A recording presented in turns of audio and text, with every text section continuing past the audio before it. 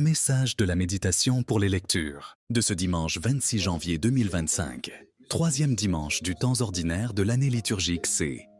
Depuis 2019, il a plu à sa sainteté le pape François de dédier le troisième dimanche du temps ordinaire à la parole de Dieu.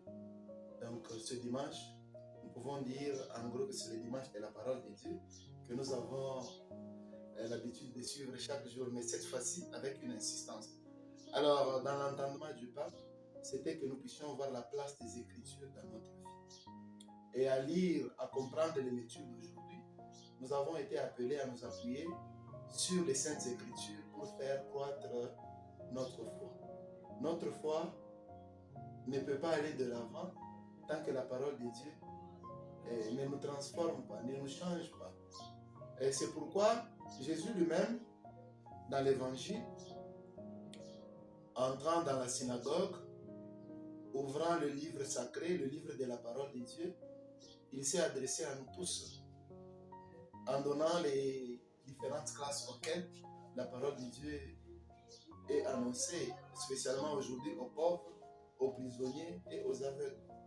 La parole de Dieu, il n'y a que elle qui peut nous aider, frères et sœurs, à comprendre que nous ne pouvons nous enrichir qu'avec Dieu. Nous pouvons tout avoir sur cette terre. Mais quand nous n'avons pas Dieu, nous sommes pauvres. Mais en ayant Dieu, nous sommes aussi richement bénis. Parce que Dieu, c'est lui le pourvoyeur. Dieu, celui qui donne tout. Ce qui est le plus important dans la parole de Jésus aujourd'hui, il nous invite à écouter la parole de Dieu aujourd'hui.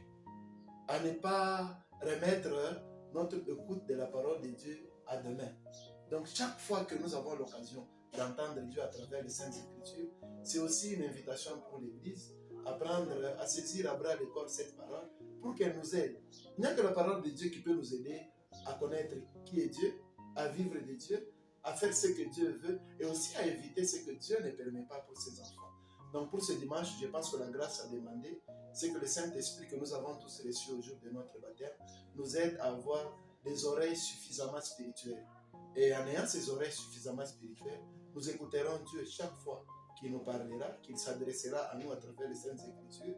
Et dès lors que nous allons écouter et recevoir ces Saintes Écritures, même notre vie tâchera de partir de ce qui est médiocre vers ce qui est excellent pour Dieu, pour sa gloire et pour notre propre salut.